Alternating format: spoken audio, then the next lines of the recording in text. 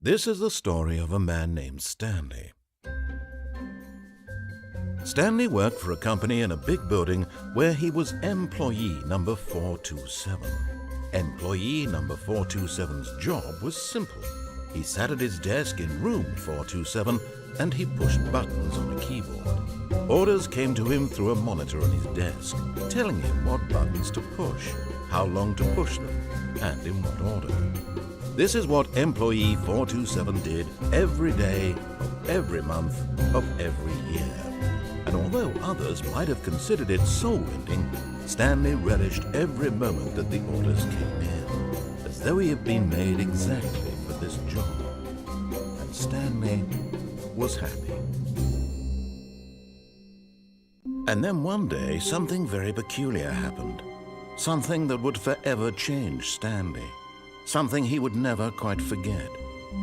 He had been at his desk for nearly an hour when he realized that not one single order had arrived on the monitor for him to follow. No one had showed up to give him instructions, call a meeting, or even say hi. Never in all his years at the company had this happened, this complete isolation. Something was very clearly wrong. Shocked, frozen solid, Stanley found himself unable to move for the longest time. But as he came to his wits and regained his senses, he got up from his desk and stepped out of his office. All of his co-workers were gone. What could it mean? Stanley decided to go to the meeting room. Perhaps he had simply missed a memo.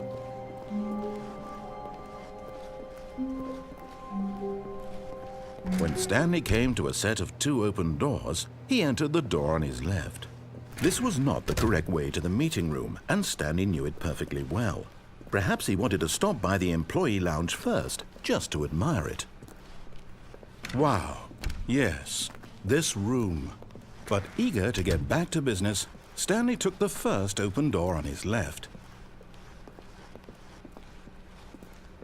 Stanley was so bad at following directions, it's incredible he wasn't fired years ago.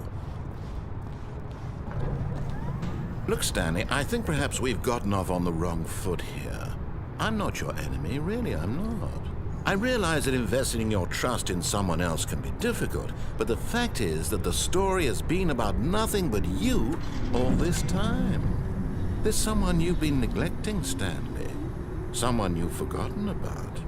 Please, stop trying to make every decision by yourself. Now, I'm not asking for me, I'm asking for her. This is it, Stanley. Your chance to redeem yourself, to put your work aside, to let her back into your life. She's been waiting. That's her, Stanley. You need to be the one to do this, to reach out to her. If you can truly place your faith in another, then pick up the phone.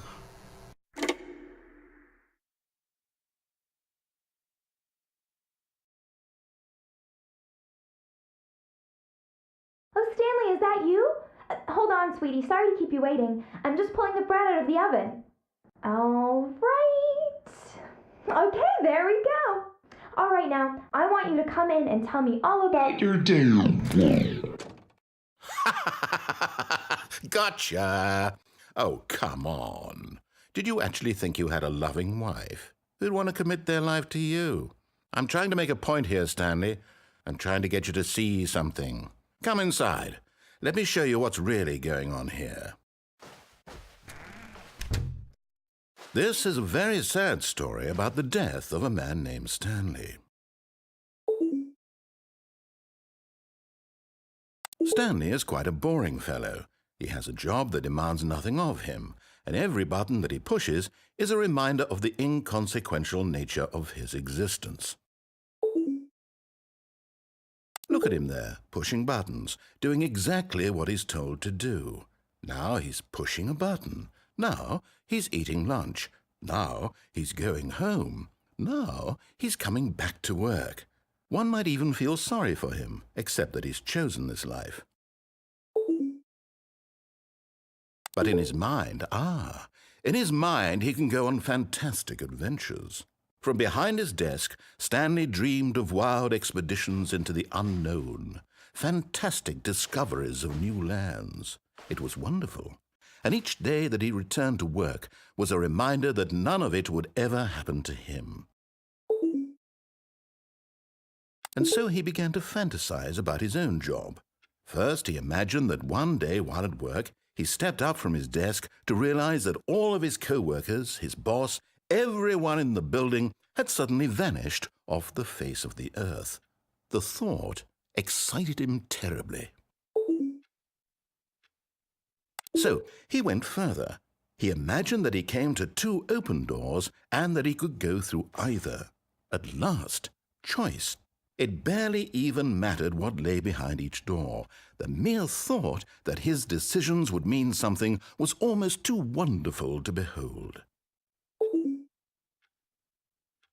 As he wandered through this fantasy world, he began to fill it with many possible paths and destinations. Down one path lay an enormous round room with monitors and mind controls. And down another was a yellow line that weaved in many directions, and down another was a game with a baby. And he called it the Stanley Parable. It was such a wonderful fantasy, and so in his head he relived it again, and then again, and again, over and over, wishing beyond hope that it would never end, that he might always feel this free. Surely there's an answer down some new path, mustn't there be? Perhaps if he played just one more time. But there is no answer. How could there possibly be? In reality, all he's doing is pushing the same buttons he always has. Nothing has changed. The longer he spends here, the more invested he gets, the more he forgets which life is the real one. And I'm trying to tell him this, that in this world he can never be anything but an observer, that as long as he remains here, he's slowly killing himself. But he won't listen to me. He won't stop. Here, watch this. Stanley, the next time the screen asks you to push a button, do not do it.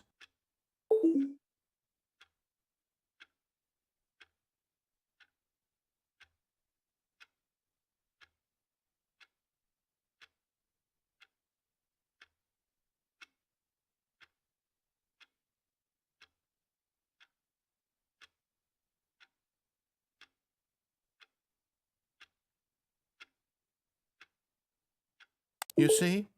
Can he just not hear me? How can I tell him in a way that he'll understand that every second he remains here, he's electing to kill himself? How can I get him to see what I see? How can I make him look at himself? I suppose I can't, not in the way I want him to. But I don't make the rules. I simply play to my intended purpose, the same as Stanley. We're not so different, I suppose. I'll try once more to convey all this to him. I'm compelled to. I must. Perhaps, well, maybe this time he'll see. Maybe this time. And I tried again, and Stanley pushed a button. And I tried again, and Stanley pushed a button. And I tried